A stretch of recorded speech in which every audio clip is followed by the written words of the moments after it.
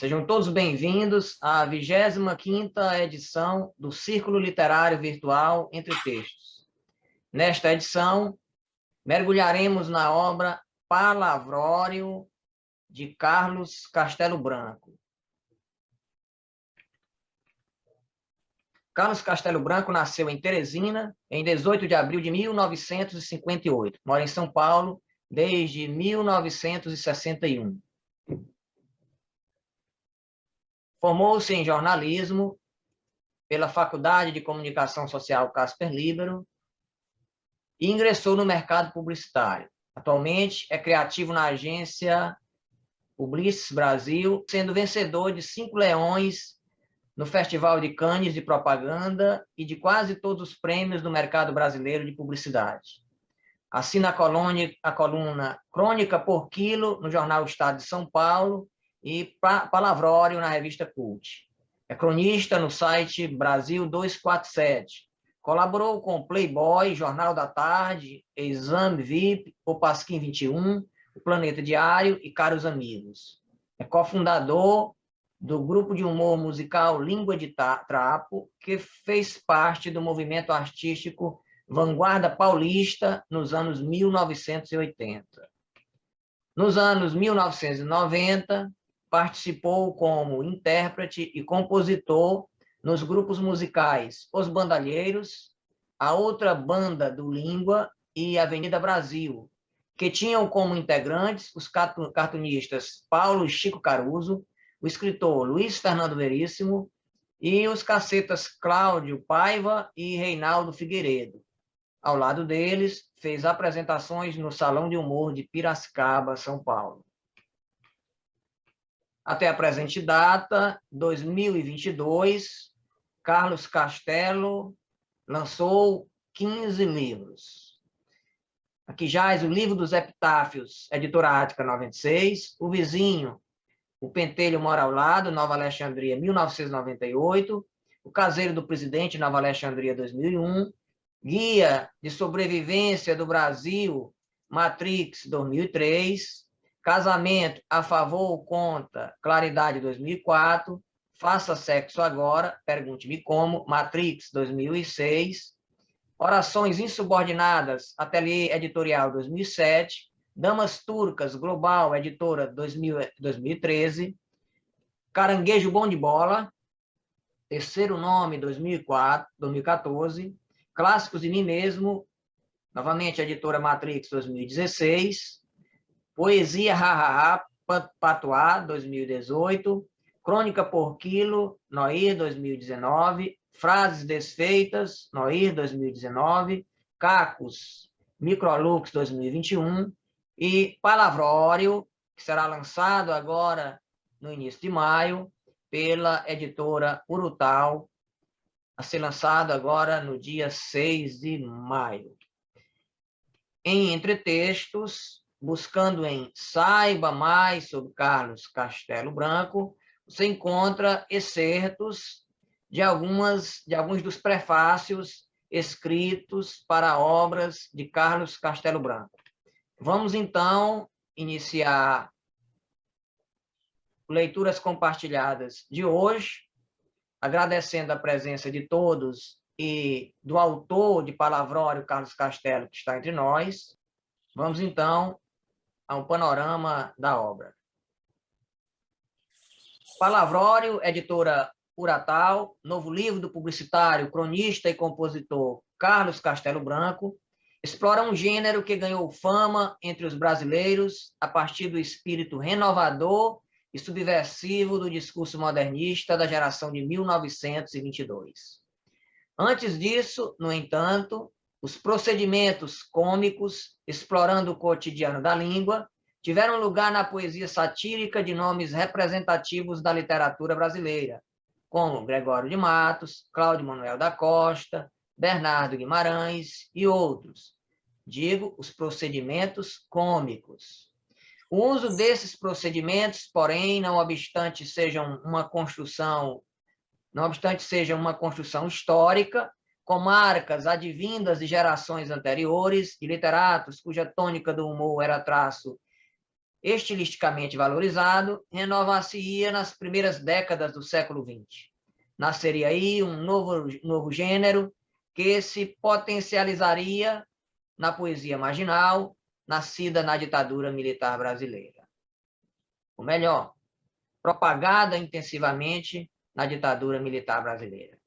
Ao longo de décadas, o humor se configurou na poesia por meio da fusão entre aforismos e impressão sensorial, por meio da subversão paródica de valores e conceitos da historiografia oficial, por meio da fragmentação do discurso, por meio da escrita automática influenciada pela associação livre de Freud.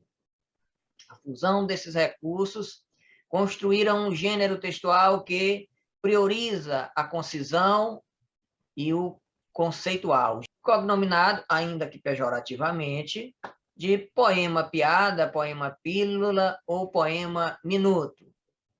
O poema-piada, que se confunde na história da literatura brasileira com nomes como Oswald de Andrade, Paulo Leminski, Milor Fernandes, para ficar em apenas 3 nomes da constelação de adeptos do gênero, aqui acrescentaríamos Carlos Castelo Branco, é, pois, a matéria-prima de palavrório.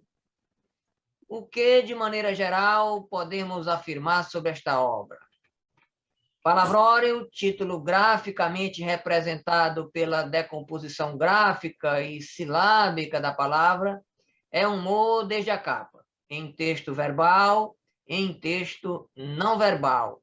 Ao dividir as sílabas, a voz que enuncia diz conotativamente: eu lavro a palavra, eu rio.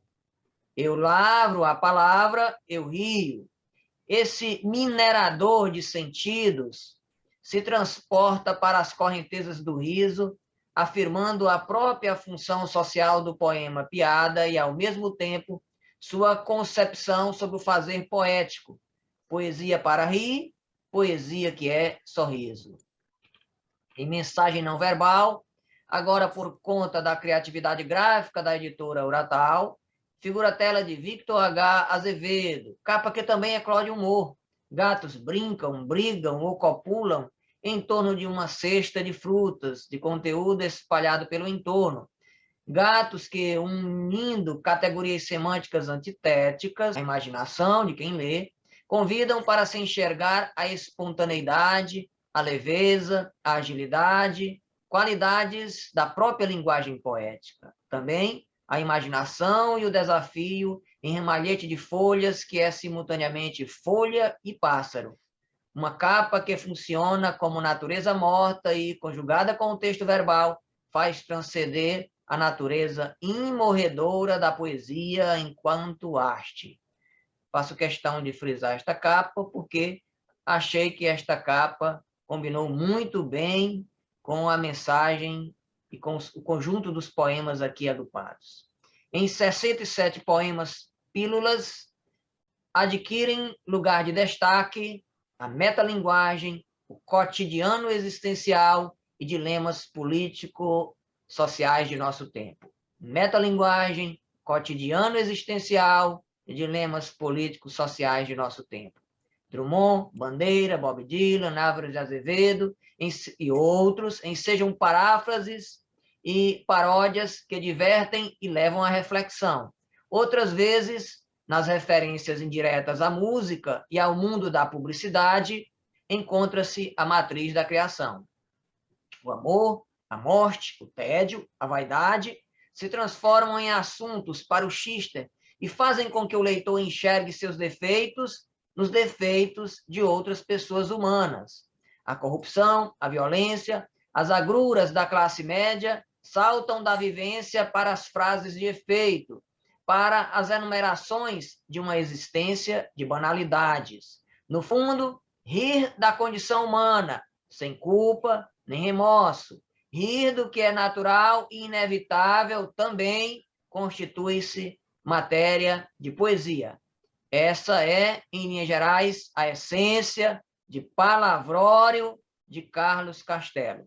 Nós iremos às leituras de Encantamento, começando com a leitura realizada pelo professor Carlos Evandro Eulálio. Eu escrevi um texto, boa tarde, eu escrevi um texto muito simples, está, digamos, em processo de construção. Tá? Eu intitulei a obra vanguardista de Carlos Castelo Branco, no quadro da poesia vanguardista brasileira. Eu considero aqui a vanguarda brasileira, a partir da década de 50, né, com a eclosão do concretismo. Sem, evidentemente, ignorar as vanguardas europeias que contribuíram para a gestação desses outros movimentos. Estudos recentes sobre a poesia de vanguarda no Brasil, empreendidos pelo crítico e teórico de literatura Manuel da Costa Pinto, apontam duas linhas de produção, considerando como marco zero a Semana de Arte Moderna de 22. A primeira, mais lírica ou subjetiva, dialoga com Mário de Andrade, Manuel Bandeira e Carlos Drummond de Andrade. A segunda, mais objetiva, experimental e formalista, é mais articulada com Oswald de Andrade, João Cabral de Melo Neto e com a poesia concreta de 1956. Vale acrescentar que o concretismo, liderado por Décio Pignatari e pelos irmãos Augusto e Haroldo de Campos, são autores de uma concepção poética baseada no tripé verbo-voco-visual, em que a geometrização, a visualização da linguagem e a abolição do verso e da discursividade são as propostas principais. A vertente da poesia contemporânea brasileira, mais alinhada ao concretismo, de que nos fala Manuel da Costa Pinto, tem perdurado até nossos dias, haja vista que alguns poetas não abandonaram ainda os cacoetes desse movimento literário. De outro lado, para caracterizar a poesia dos nossos dias, não se deve ignorar que sua evolução teve desdobramento nas décadas de 1970 e 1980, quando os poetas que se destacam nesse período começam a reagir à repressão ditatorial através da poesia marginal, cujos portadores de textos, como folhetos mimeografados e antologias impressas em pequenas gráficas, começam a circular em nosso país. O poeta, sem o apoio das editoras oficiais, passa ele próprio a divulgar suas produções. Parte para uma divulgação corpo a corpo com o leitor. Vê também na música popular uma forma mais eficaz de chegar ao grande público e passa a ser coautor de composições musicais que fazem sucesso no rádio e na TV. Eis alguns nomes dessa geração: o Alê Salomão, Capinã, Cacaso, Leminski, Antônio Cícero e Carlos Castelo.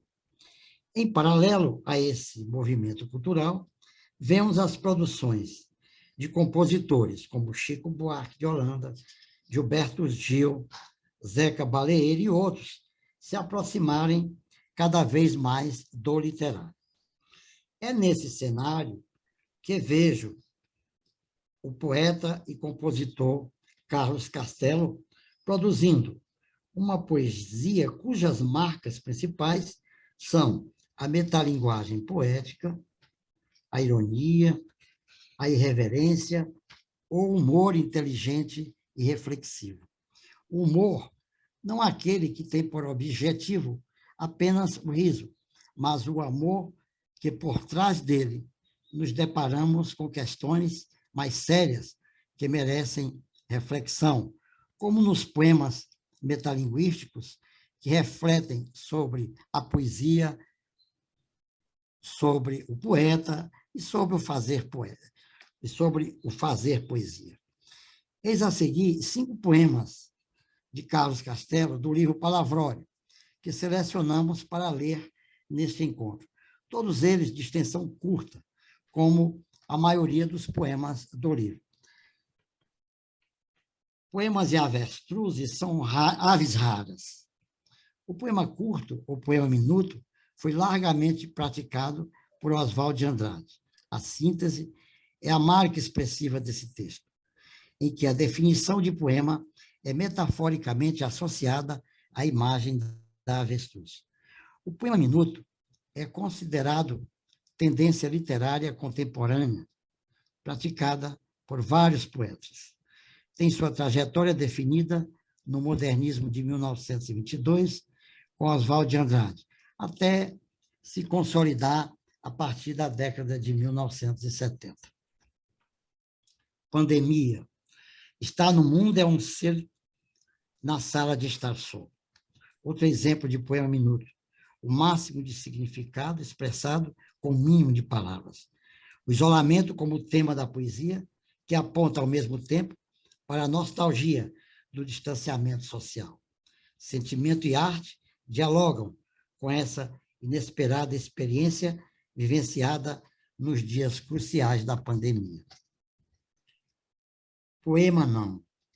E aqui o título é um neologismo. Não é?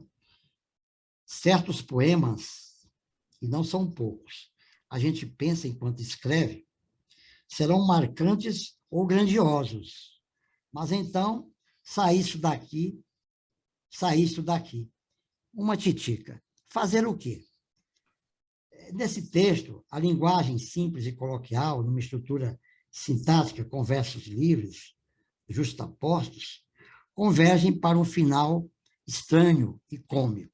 Eu diria, aí me refiro ao estranhamento. Não é? Idêntico questionamento faz Milor Fernandes nestes versos do poeminha da insatisfação absoluta. O que me dói é que quando está tudo acabado, pronto, não há nada acabado, nem pronto. Esse poema do Carlos Castelo, poema não, né? Poema não, né? Eu, sinceramente, eu ri muito quando eu li o poema, Castelo, do poema do Drummond, o poema Poesia. Gastei 1 hora, né, pensando no verso, que a pena não quer escrever, etc. Mas o Drummond fica só naquela... E você põe a nu o rascunho, né? Que é aquele fiasco. Entendeu? E isso me deixou... Eu não me contive e ri muito desse contraponto que eu fiz com o poema do Drummond. Mas, enfim, eu achei notável essa comparação assim, né? Como não fazer poesia? Explique-se. Use e lambuze-se de paráfrases. Disponha a espingarda no palco sem precisar dar disparos. Desestranhamento é preciso. Tal qualmente, advérbios de modo. Apresente-se como bardo. Haja como propagandista. Mantenha o eu lírico obeso. Ache um look estiloso de poeta. Edite versos como quem corta verbas da educação e cultura. E, claro, fundamentalmente, obviamente, principalmente, e por que não dizer logicamente? Diga o que não precisa ser dito. O que nos chama a atenção do poema Como Não Fazer Poesia é a função conativa da linguagem que se faz presente no texto através dos versos injuntivos, pelos quais o eu lírico exorta o enunciatário a praticar atos ou a ter atitudes. As formas verbais imperativas predominam em quase todos os versos do poema.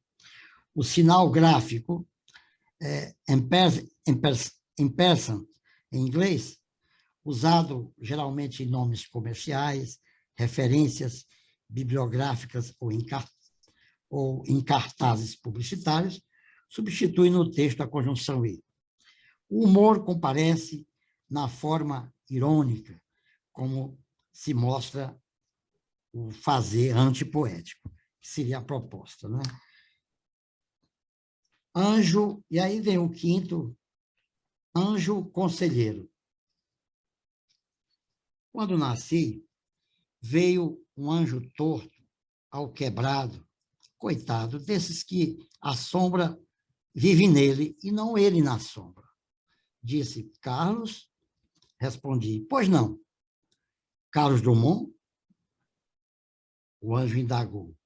Expliquei-lhe que era Castelo. O anjo saiu voando e aconselhando. Vai, Carlos, se qualquer coisa na vida, poeta já tem coisa melhor. Paródia do poema de 7 fases. Ressignifica o texto de Carlos Drummond de Andrade, sob um viés excepcionalmente cômico.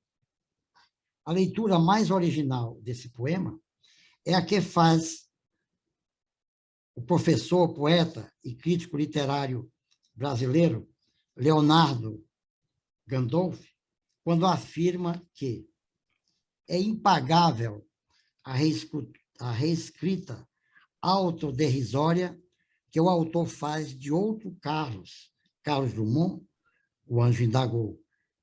Expliquei-lhe que era Castelo.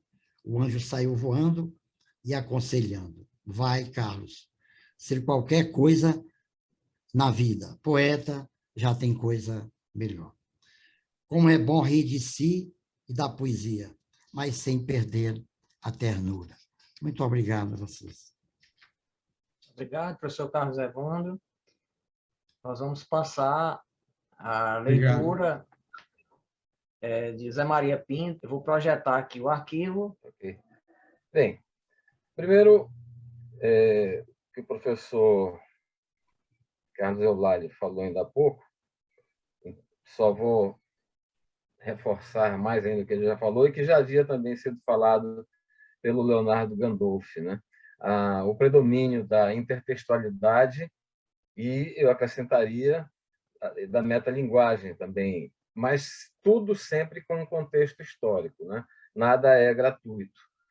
O poema Piada, e eu já disse ainda há pouco, quando a gente conversava, que eu não gosto dessa classificação, que ela já ela parece-me que já diminui a qualidade, né? E nada no Carlos Castelo merece isso, muito pelo contrário. Então, paródias e paráfrases são matéria do trabalho de Carlos Castelo, e, como lembra o Gandolf, desde o Língua de Trapo, do qual eu era fã, Carlos. Era não, sou, continuo. Eu cito, aliás, o Ouriço da Vila, que é uma beleza, não sei se a letra é sua, né? Mas o Ouriço da Vila é uma perfeição, primeiro é uma brincadeira com o Feitiço da Vila do Noel Rosa, né? Então, excelente. Então, ela brinca muito com nomes, com aspectos da cultura do mundo inteiro, inclusive, né? E o Língua de Trapo tinha uma característica que ele não brincava só nas letras, ele brincava também nos gêneros, né? Então, tem uma homenagem, por exemplo, à Bossa Nova, que é o João... Tinha que ter o João Gilberto para cantar aquela canção, aquela Bossa Nova, né? E tem heavy metal. O Ouriço da Vila, que eu citei ainda há pouco, é um samba de break, para vocês terem uma ideia. Gosto muito também do Que É Isso, Companheiro, né? Imagina, é uma música caipira, imagina o Gabeira cantando aquela música, né? É super engraçado. Mas vamos ao palavrório. Começo com o poema Inacessibilidades, porque é um poema assim, que me diz muito de perto. Eu sou absolutamente contra o hermetismo na poesia, em qualquer lugar, aliás, né? Eu sou a favor de uma crítica, aliás, o poema é uma crítica contundente a uma poesia descolada da realidade, uma espécie de reedição daquela velha Torre de Marfim, lá do século XIX, que a gente aprendeu a classificar os parnasianos, né? Especialmente. E o poema, lembrando Adorno, o poema como expressão do universal e não do individual. E, na sequência, nós vamos falar mais de Adorno. Mas é importante a gente citar que eu, pelo menos, acredito no poema e acredito que o Carlos também pensa assim. O poema ele deve falar à sociedade, deve falar ao grupo social e não apenas ao indivíduo. Diz o poema Inacessibilidades: sou um poema hermético. Você não vai me entender. Desista de interpretações. Não comunicar é preciso. E não existe saque, meu dileto. Para inacessibilidades, se eu lhe digo pedra, não quer dizer pedra. Se eu lhe digo pedra, quer dizer pedra. Aprecie a alteridade? Vá procurar seu erotismo. O babado aqui é única e exclusivamente masturbação. Esse aprecie a alteridade já tira esse apreciador do individualismo, né? Já tira ele de tempo. É como se desse um chute na canela. Vá procurar seu erotismo. O babado aqui é única e exclusivamente masturbação. Isso é uma crítica, como eu falei ainda há pouco, a essa poesia descolada da realidade, a essa reedição da Torre de Marfim. Agora, Gilson, eu peço que você vá à Impossibilidade, que, se não me engano, é o terceiro ou quarto poema lá em cima. Impossibilidade é um poema muito sério. Ele parte de uma frase do Adorno que a gente pode simplificar no seguinte: escrever poesia depois de Auschwitz é um ato bárbaro. E isto corrói até o conhecimento da razão pela qual hoje se tornou impossível escrever poesia. Adorno escreveu isso em 1949, refletindo sobre a barbárie nazifascista. E o Carlos completa: imagine agora com tanta blitz.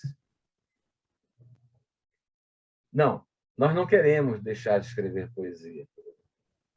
E nem tampouco o próprio Adorno achava que era barbárie escrever poesia.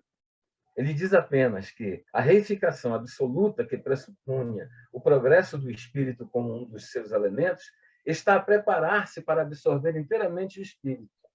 Isso é a essência do fascismo.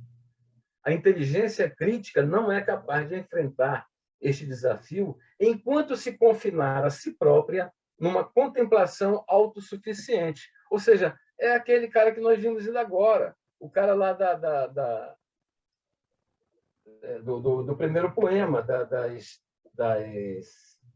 inacessibilidades. Né?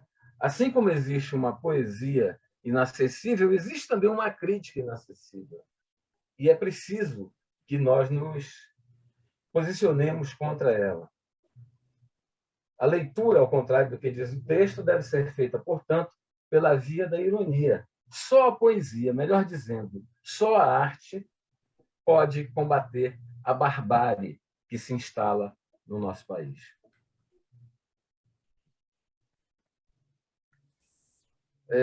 Gregoriana, Dilson.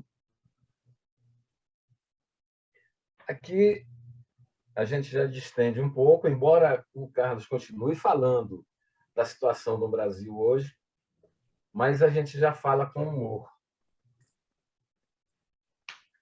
É uma paródia de Gregório de Matos, do poema Epílogos, atualizando-o para o Brasil de hoje. O Gregório, lá no iniciozinho do poema do Gregório, ele diz o seguinte: que falta nesta cidade? Verdade. Que mais por sua desonra? Honra. Falta mais que se lhe ponha vergonha. O demo a viver se exponha por mais que a fama a exalta. Numa cidade onde falta verdade, honra e vergonha. Aí o Carlos escreve, Carlos Castelo escreve: que falta nesta nação? Noção. E para repor prejuízos? Juízo. Melhor no lugar de excessos? Progresso. chamemos-no de abscesso, de asqueroso para além, o território que não tem noção, juízo, progresso. Lindo, né? Maravilha. Parabéns, cara. O quarto poema, de encantamento, é um poema tirado de uma rede social. O poema tirado de uma rede social é, obviamente, uma paráfrase, palimpsesto, do poema de Bandeira, poema tirado de uma notícia de jornal, que está lá no Libertinagem, 1930, um dos poemas ícones do modernismo. Eu digo que é uma paráfrase palimpsesto porque o Carlos apenas pegou o poema do... Apenas não é pouco, tá? Pegou o poema do Bandeira, limpou algumas coisas, apagou ali com a borracha algumas palavras e substituiu essas palavras e fez um poema só dele. João Peposo, para Manuel Bandeira, é João Gostoso. Era entregador de aplicativo. O João Gostoso era carregador de feira livre. E morava no Morro da Trempe, num barracão sem número. No barracão à beira do rio, perdão. O João Gostoso morava no Morro da Babilônia, num barracão sem número. Uma noite, cansou da paradeira do isolamento, o João Peposo. O João Gostoso, uma noite, chegou do bar 20 de novembro. Os dois, cada um por si, João Peposo e João Gostoso, bebeu, cantou, dançou. Depois se atirou o João Peposo da janela do barraco no Tietê e morreu afogado. E o João Gostoso se atirou na Lagoa Rodrigo de Freitas e morreu afogado. Um paralelismo aí brilhante. E é aquilo que a gente começou falando lá, o poema piada. Isso aqui não é uma piada, isso aqui é uma tragédia. E é uma tragédia que acontece no Brasil hoje, cotidianamente. Agora vamos ao quinto poema, Dilson, Augusto no Jardim. Carlos, quando eu li esse poema, uma furtiva lágrima, como na ópera, desceu. Eu fiquei emocionado, cara.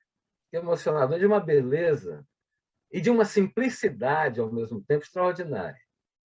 Onde você homenageia o Augusto de Campos e é um quadro. É um quadro. O poema diz, simplesmente, título Augusto no Jardim, e diz: eu vi Augusto no jardim de infância do meu filho numa festa junina. O velhinho concreto, a cabeça branca no meio da gurizada, parecia ficção, mas era poesia. Maravilha. Parabéns, Carlos. Era isso. Obrigado, Maria. Obrigado mesmo, viu? Passaremos as leituras de Caio Negreiros. Boa tarde, Caio, seja bem-vindo. Muito obrigado, Zé Maria. Boa tarde. Me ouvindo? Me ouvindo. Inicialmente, eu queria agradecer o convite, Dilson, né? E muito satisfeito de encontrar aqui os amigos, né? E aprender muito com o professor Carlos Evandro, com o Zé Maria, com você também, né? Vejo a poesia como um ato composto, né? Do encontro do escritor, né? E do leitor, né? Muitas vezes a gente vê críticos literários dissecando o que o poeta quis dizer, e aí às vezes a gente encontra o leitor e ele dá uma interpretação totalmente diferente, né? Eu acho que isso aí, de certa forma, deixa o poeta muito, muito satisfeito, né?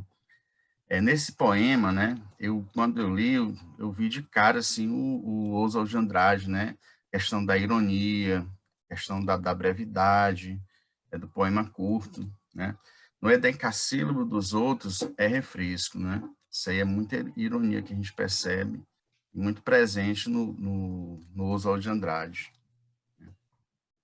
A gente pode passar para o outro. Esse poema também, né, como já foi dito, ele segue todas as características dos poetas modernos, né? Concisão, questão do verso curto, né? E o poeta que trabalha o verso curto, né? A palavra, ela tem um significado muito grande, né? E a gente pode constatar aqui que as palavras, elas adquirem um significado muito grande. Estar no mundo é um ser, na sala de estar só, né? Estar, ser, sala de estar, né? São palavras que terminam tendo uma significância muito grande dentro do poema, com palavras com características diferentes. E esse poema trata de um problema que todos nós passamos, né? Foi a pandemia, a solidão, e a sala de estar, né, ela passou a ter uma importância muito grande, porque era o local onde a gente terminava, a válvula de escape do dia a dia da gente era na sala de estar, né? Assistindo televisão, vendo as lives, né? Então, é um poema que trabalha também a questão do cotidiano, correspondência. Aqui, né, a poesia que fala da própria poesia, né? Ninguém vive de poesia. A poesia não vive de ninguém. Passar bem. Também a gente constata a questão da ironia, né? E todas as características já faladas, né? E essa coisa da poesia, né? Que eu acho que a gente não escolhe ser poeta, né? A poesia sei lá, que escolhe a gente, e a gente sabe que ninguém consegue viver em termos econômicos, né, de poesia. O texto do professor Carlos Evandro lembrou bem como os poetas, naquela época, mimeógrafo, eles tinham que fazer a edição, tinham que fazer a divulgação, e hoje eu acho que continua mais ou menos do mesmo jeito. Quem trabalha com poesia faz a publicação, faz a divulgação, né? Então, é difícil viver de poesia, né? E, ao mesmo tempo, né, a gente vê que a poesia tem uma certa autonomia, né? A poesia não vive de ninguém, né? Ela vive dela mesma. Ela se alimenta dela mesma. Agora, vamos para o outro poema, diz. Aquele pequenino anel que tu me deste, na real, não era de vidro, nem se quebrou. Fui dar um rolê lá pela Zona Leste e o lanceiro, tá que o pariu, catou. Esse poema, né, a gente vê a questão da violência, que a gente está vivendo hoje, faz um paradoxo entre um momento passado, né, através dessas cantigas de roda, né, que ele fez uma intertextualidade, né, e desse momento complicado que a gente vive sobre essa coisa da violência, né? Parabéns ao Carlos. Obrigado, Muito Caio. obrigado. Obrigado, Caio. Passamos a palavra a Alan Silva. Pode habilitar seu microfone, Alan? Sim, boa tarde para todos. E eu me vejo numa situação muito difícil, porque as falas anteriores foram precisas, cirúrgicas, fizeram uma bela exposição desse livro, Palavrório, de maneira que, por mais que eu venha dizer agora, eu vou ser um pouco repetitivo. Não tem jeito. Então, primeiramente, eu queria dizer que vi muitos aspectos nesse livro. Eu vi intertextualidade, metalinguagem, reflexão, muita reflexão, e crítica social, em sentido lato, através do humor. Veja que o humor não é um fim aí, é um meio para uma reflexão e para uma crítica social. Vi também que o poeta é consciente com o fazer poético, sabe o que está fazendo, tanto que ele dialoga com outros textos, com outros poetas, não só com textos poéticos, também com textos filosóficos, diga-se deixe bem claro isso. O Adorno foi muito bem citado pelo professor José Maria Pinto aí, né? O que demonstra que ele não se restringe à poesia. E os nossos poetas modernos, né?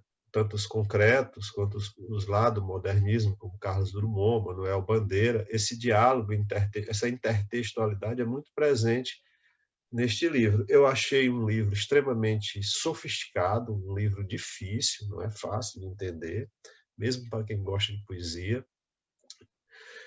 E também concordo com o professor Zé Maria Pinto quando ele tem certo receio dessa palavra poema, piada, porque a receptividade não é muito boa, não é?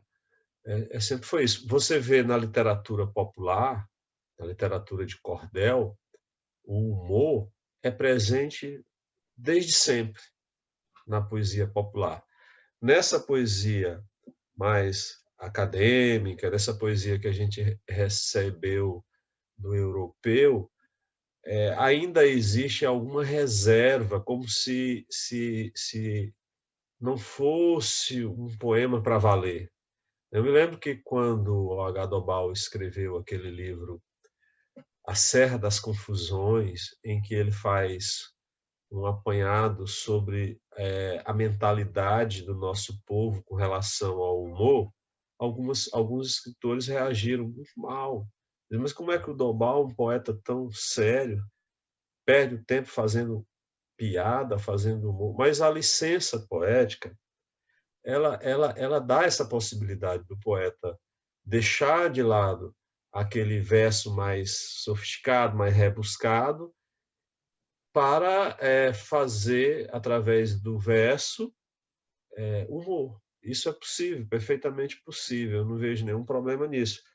A Dalila Teles Veras escreveu um livro com sérias críticas aí a esse governo atual, e algumas pessoas também reagiram, mas como é que uma poetisa que escreve tão bem está escrevendo tão mal? Mas espera aí, é a licença poética que faz com que o poeta tenha também a possibilidade de fazer uma crítica política, uma crítica social. Então, eu vejo esse livro de uma maneira muito ampla. Não vejo um livro de poemas piada, não. Tem muita metalinguagem, tem intertextualidade, tem crítica social muito refinada e tem muita reflexão, até mesmo de cunho filosófico, como a gente viu. Então, não é um livro fácil, e eu vejo nesses poemas aí aquela coisa que o Ezra Pound colocou muito bem, melopeia, logopeia, fanopeia, né? No verso. Então, assim, quando você parte para fazer uma crítica social, é a logopeia que deve prevalecer, até com maior ênfase do que a fanopeia e a melopeia. Eu vejo dessa forma. E outra, a crítica através do humor, ela não é tão direta, porque às vezes você está sob uma censura e as consequências podem vir. Então, a ambiguidade é um elemento primordial no humor, muitas vezes, porque você tem que, de certa maneira, fazer a crítica, mas também se proteger, de certa maneira. Então, você vê que, nas análises que foram feitas, os poemas com apelo de humor ocorreram no período mais recente, nos anos 70, sobretudo 60 e 70, quando o Brasil estava com censura, com regime de exceção, e a metáfora, o poema com humor, às vezes, era a saída para se fazer uma crítica social profunda, direta, né? É o que eu penso. Eu selecionei apenas 3 poemas, porque todo poema que eu apresentava para o Dilson já tinha sido selecionado pelos colegas. Então, a gente está... praticamente todos os poemas que eu selecionei foram selecionados, né? Então, eu coloquei aí 3 poemas somente. Eu gostaria que o Dilson projetasse, acho que o primeiro da ordem, né, Dilson? É esse, Finados, né? Pela ordem aí que eu te apresentei. Isso, Foi isso? isso. Você pode colocá-lo aí? Ok, Alan. Muito bem. Quando entro num cemitério, me dá logo um cemitério. Como a interpretação sobre qualquer poema não tem limites, né? Porque você traz os seus horizontes culturais, eu analisei esse poema Finados como uma reflexão sobre o absurdo da existência, porque nós somos um ser destinado à morte e temos consciência de que vamos morrer. Aquilo que o Camus chamava de o absurdo, né? O absurdo. A vida é um absurdo, porque por mais que você faça, você está destinado à morte que aniquila tudo. Tira todo o sentido da existência, né? A morte lá no... E nós somos os únicos seres que sabemos que vamos morrer. Então, quando ele diz, quando eu entro num cemitério, me dá logo um semitédio, que é essa perspectiva da morte certeira, que nós todos vamos ter um dia. Não é? Então, eu analisei esse poema como um poema reflexivo sobre a questão do absurdo da existência e da morte, na linha de Camus. Né? O outro poema, Dilson, foi poema para as crianças, né? Noel não existe. Foi uma invenção de um refrigerante. Coelho da Páscoa é inevitável. Não bota ovos, muito menos de chocolate. A cuca não vem pegar. Quem pega é táxi. Cobra pelo serviço. Não há almoço grátis. Disney flertava com o nazismo. Mas o Dia das Crianças é uma data promocional de marketing. Pronto, você cresceu. Ou seja, veja só o final. Você cresceu, você tomou a consciência de que o mercado, né, e as ideologias políticas e a questão econômica está por trás de tudo o que é lúdico e é aquilo que a indústria cultural, né, se apropria daquilo que os alemães chamam de Kinderkultur, né, Kinderkultur, né, se apropriam desses espaços de maneira comercial. São invenções que visam não a felicidade, o bem-estar, o lúdico, mas tem uma finalidade de gerar dinheiro. E o que me deixou mais estarrecido é esse flerte de Walt Disney, que fez um mundo encantado, né, com o nazifascismo. Isso daí é de uma dureza tremenda, né? Para a gente ver que a criança, o mundo da criança, não é o mais importante. E isso me faz lembrar o livro O Pequeno Príncipe, de Exupéry, que no Brasil, equivocadamente, foi tomado como um livro infantil, mas ele não é um livro infantil, nunca foi. Não era esse o propósito de Exupéry. O livro era um livro para as crianças, para conscientizar as crianças da ameaça real do nazifascismo. Exupéry era um escritor cristão e viveu entre as duas guerras, a Primeira e a Segunda Guerra Mundial. E ele tinha um compromisso de fazer um livro para as crianças, no sentido de livrá-las da ameaça do nazifascismo, que, como o professor Zé Maria Pinto frisou aí na fala dele, estava levando o nazifascismo e o capitalismo levado às últimas consequências, a reificação, em que a mercadoria valia mais do que as coisas, do que as pessoas. É o que está aí nesse poema para as crianças. Isso aí é a reificação, em que as coisas são mais importantes do que as pessoas e do que as crianças que não estão livres desse mercado terrível, né? Esse poema é muito inteligente e é muito bom. O terceiro poema, Dilson, eu não estou lembrando aqui agora, mas você pode lembrar para mim?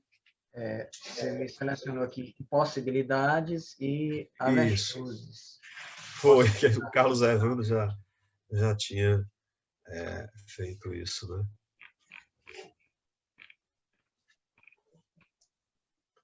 Pois é, novamente, acho que foi o professor Zé Maria Pinto, né, que selecionou esse poema, que é um diálogo com Adorno, né?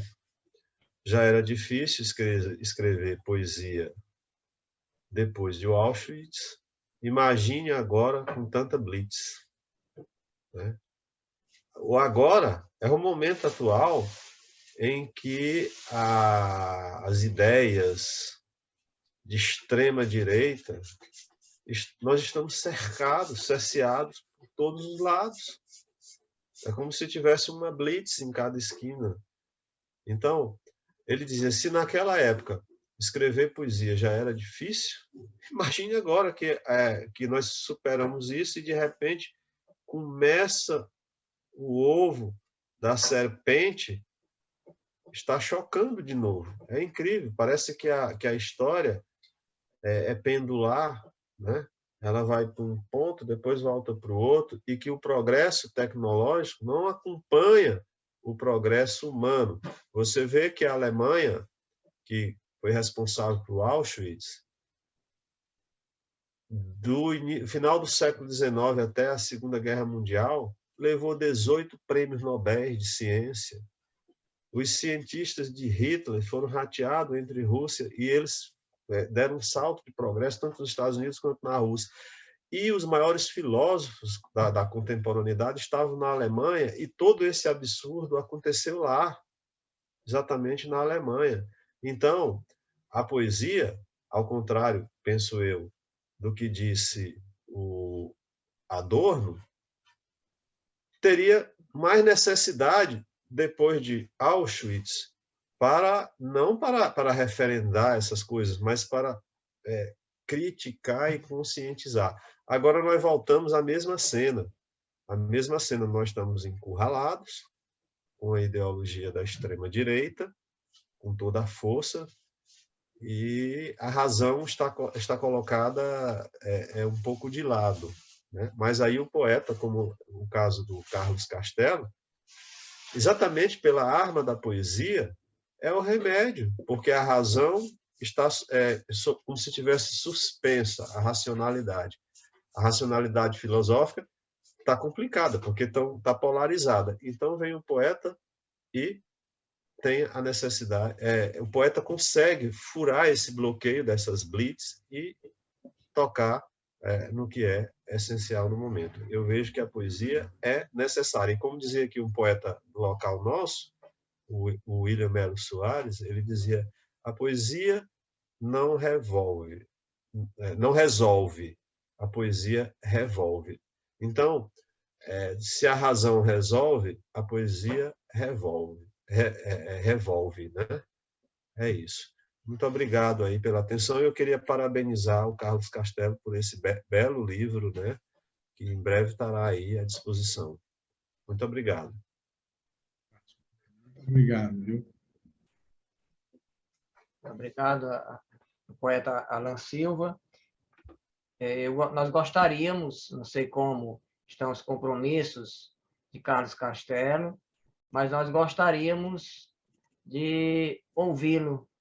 E, precisamente, a princípio, de saber de Carlos o que precisamente muda quando ele constrói humor nos demais gêneros que cultiva.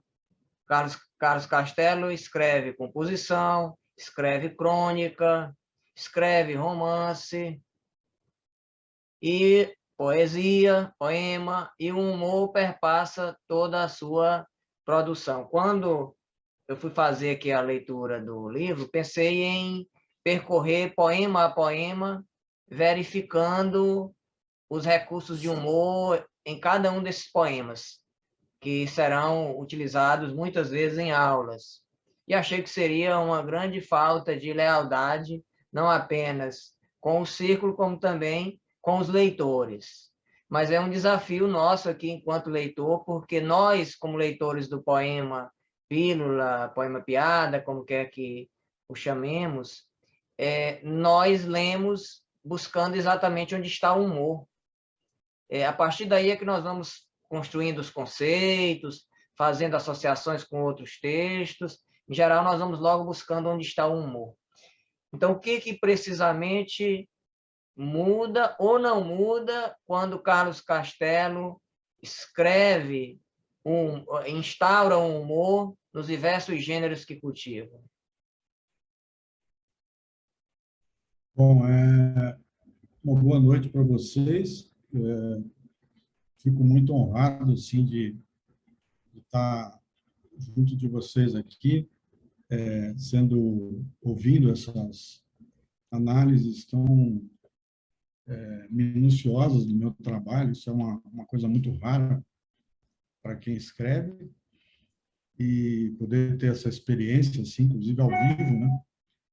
E queria agradecer ao Carlos, José Maria, ao Caio, ao Alan, por essas análises e por esse carinho com a minha produção, né? E te respondendo, Dilson, eu acho que o que muda aí seria só a forma mesmo literária, né? Da prosa para a lírica, né? Para letra de música, né? Essa linguagem do humor sempre me acompanhou desde muito cedo, né? Eu tomei contato com isso quando estava no meu tempo chamava ginásio, né? Estava no ginásio, e me lembro que tinha um professor meu de literatura, o professor Borges, né? Que dedicou uma aula lá ao Gregório de Matos, e meu primeiro contato com o humor foi através dele. E, na verdade, me chamou muita atenção na época, eu era um garoto, né? E meu pai também gostava de poesia, lia Camões e tal, mas foi ver um poeta com aquela linguagem chula, né? Que ele usa. Então, aquilo, para o garoto, passou a ser uma coisa que, poxa, preciso entender, preciso ler esse negócio cheio de palavrão e tal. Mas, aos poucos, eu fui crescendo, lendo mais ele e vendo e começando a me fascinar não só pelo linguajar chulo dele, mas pela sonoridade, as rimas, né? As rimas ricas que tem nos poemas do Gregório, né? Então, eu acho que a poesia, como disse um de vocês, na verdade, é ela que manda na gente, né? Eu não, de fato, não me vejo ainda, até agora, mesmo indo para o terceiro livro de poemas, como um poeta, né? Vou ter que uma hora me conscientizar de que sou, porque já são 3 livros. Mas ela sempre me acompanhou em um número menor, né, dos livros que eu fiz, né? Mas é algo que está sempre comigo, pelo qual eu tenho uma predileção até. Só que não sou eu que navego a poesia, é ela que me navega. Então, a produção só acontece quando ela quer também. Então, em resumo, seria isso. O que muda apenas para mim é o formato. O conteúdo sempre vai ser, digamos, humorístico, ou de crítica, ou de sarcasmo. E como diz o Leonardo na orelha do livro, eu faço isso, mas eu procuro também não perder a ternura, porque eu acho que esse equilíbrio é interessante. Eu acho que se a gente também pesa muito a mão, a gente perde esse lirismo, né? E a poesia precisa disso, precisa de musicalidade, e apesar de eu usar a logopeia, como disse o Alain, eu carrego muito também na musicalidade, em outros aspectos poéticos, né? Eu vou pedir a sua permissão para lhe tomar mais alguns minutos, franqueando a palavra para outros questionamentos e informando Sim. que Palavrório, publicado pela editora Urutau, será lançado no dia 6 de maio, às 18 horas, na Livraria Madarina. Livraria Madarina fica na Rua Ferreira de Araújo, 373, Pinheiros, São Paulo. E, naturalmente, que pode ser adquirida a obra também pelo site da editora Urutau. A palavra está franqueada para quem dela queira fazer uso. Carlos, boa Oi. noite novamente. Eu passei por uma circunstância, não sei, queria saber se você já passou por algo parecido. Eu estava lancei um livro, né? E aí uma colega de trabalho na fila, com outra colega, e aí ela diz assim, olha, o meu livro está com problema, porque está faltando letra aqui, acho que a página está em branco. Alguém já se assustou assim com tão poucas palavras no poema?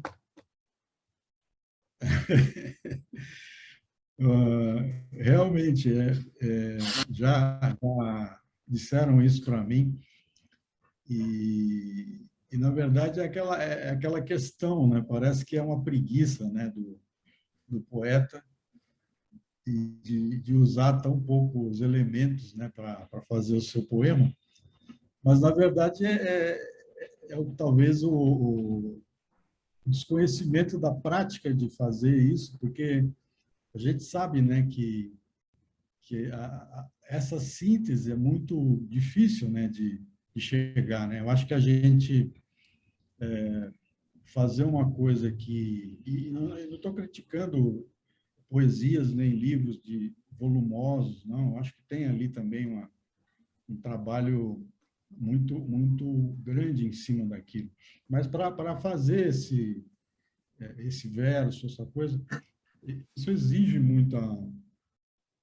cortar muita coisa, exige deixar ali aquela frase do João Cabral, se não me engano, que dizia que não perfume a flor, né? Quer dizer, a flor já tem o seu perfume, então você fazer esse perfume de uma maneira que ele não seja que cause náuseas nas pessoas é muito difícil, mas normalmente pensa-se isso mesmo, né? E o poema Piada, que foi tão mencionado aqui, eu fiquei muito feliz de ouvir vocês tendo essa conclusão, né? Porque, de fato, existe um preconceito nessa questão do poema Piada. Eu mesmo já ouvi de um amigo, o jornalista Rui Castro, com quem eu tenho muito contato, quando ele viu meu primeiro livro, o Poesia, Ha, Ha, Ha, e que também tem um grande número assim de poemas piadas, a lá Oswald, né? Ele falou para mim, olha, eu vou começar a te chamar de poeta só quando você fizer soneto alexandrino. Me desafiou a fazer um livro de sonetos alexandrinos. Eu fiz um de brincadeira e mandei para ele, só para ele ver que eu sabia fazer também.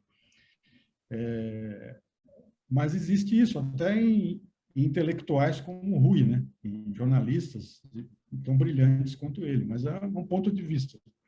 eu continuo acreditando que a síntese é tão difícil quanto fazer algo volumoso. Com certeza. Desejaria falar, Zé Maria? Não, é só para complementar isso que o Carlos acabou de falar, que foi que o poema Piada, ele pretende tirar o riso, né? É engraçado apenas. A poesia do Carlos, por mais que ela seja recheada de humor, é um humor às vezes amargo e travoso, no mínimo, né? E você sabe disso. Tanto que você ainda há pouco falou, né, de é preciso manter a ternura, como disse o Gandolfo também, né? E essa ternura está concentrada ali naquele poema dedicado ao Augusto de Campos. Ali, por exemplo, é só ternura. Mas a maioria dos poemas, ele tem esse gosto amargo, porque ele está conectado diretamente com a realidade. E a realidade, infelizmente, é amarga. Sem dúvida. Você tem razão. Eu acho que, às vezes, confunde-se essa questão do humorista, né? Do poeta que usa da linguagem de humor como sendo um comediante, né? Eu acho que é diferente. Existe uma diferença aí entre quem faz humor e quem faz comédia, né? O próprio Milor Fernandes, que é outro que eu admiro demais, inclusive até no frasismo dele, né, nos aforismos que ele faz, aquilo é de uma economia e de uma inteligência impressionante, né? Ele tem um texto que é um decálogo, né, sobre o humorista, e ele justamente em um desses números que ele vai elencando, esses mandamentos, ele diz que o humorista é o ser o mais infeliz dos seres, né? Porque justamente ele tem uma espécie de um sacerdócio, porque na medida em que você se coloca numa sociedade como alguém que vai criticar todos os lados, a direita, a esquerda, o centro, em cima, embaixo, obviamente você não pode nem concorrer a um prêmio literário, porque você vai perder o seu bastão de poder criticar aquele prêmio.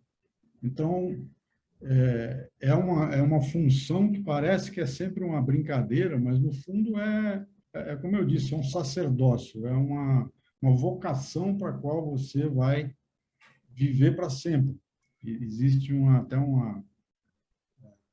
várias colocações nesse texto, até recomendo que vocês leiam, se não conhecem, que é genial. Coloca muito bem essa questão. E não, eu acho que, realmente, como você disse, que não tem nada a ver humorismo com risadas. Quer dizer, é um efeito, mas o próprio humorista em si é um cidadão, talvez, dos mais sérios.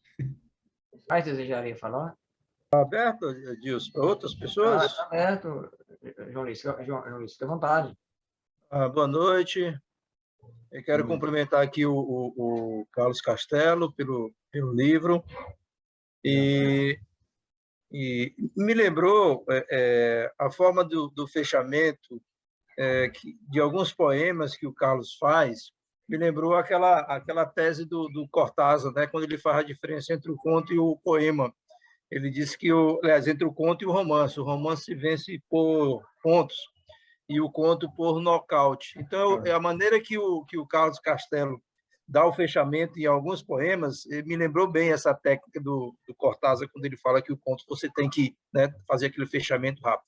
Mas uma coisa que eu queria falar, porque tanto o Zé Maria Pinto como o Alain, ambos mencionaram, a filosofia no poema, né, que é a filosofia no poema do Carlos Castelo.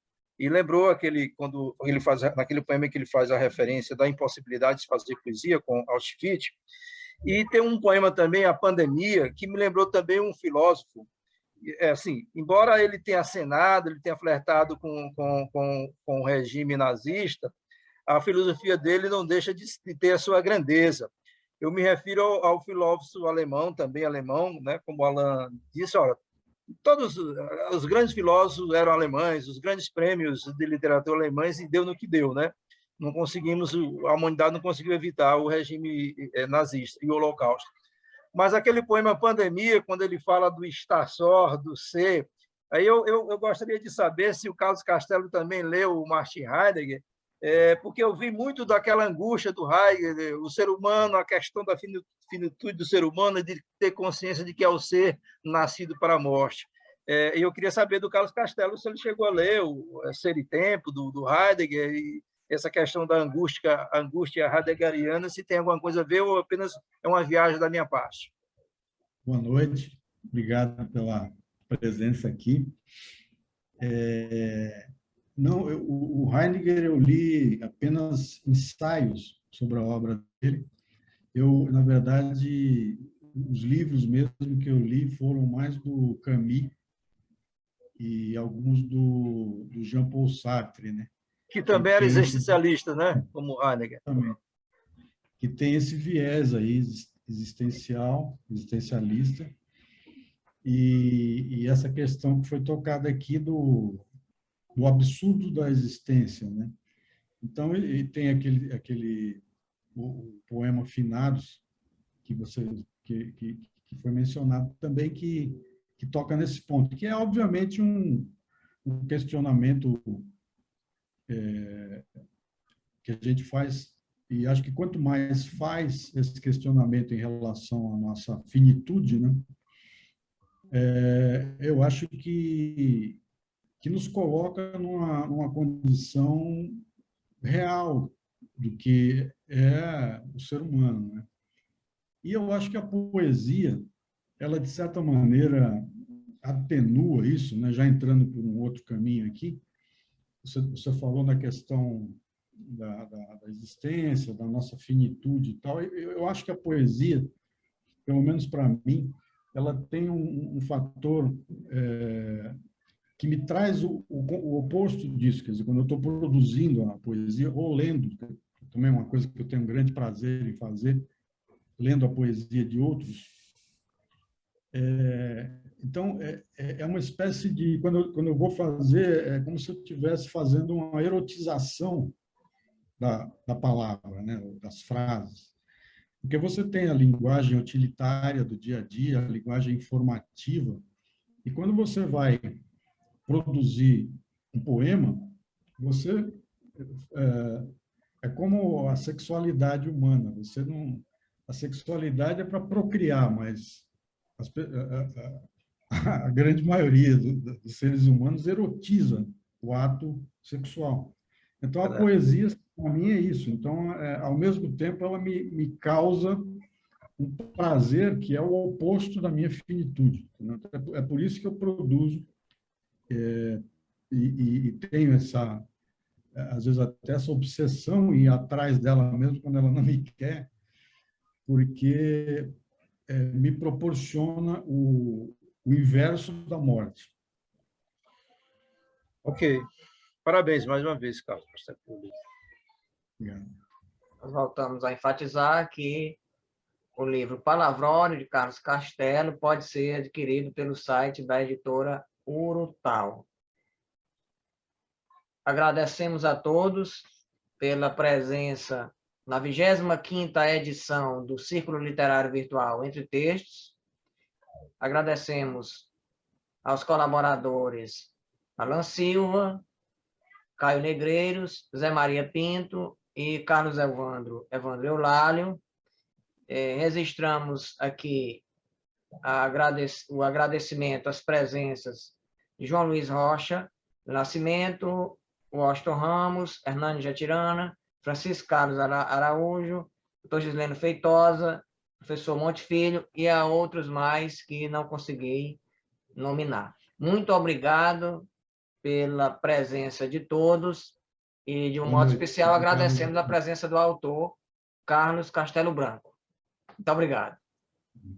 Muito obrigado.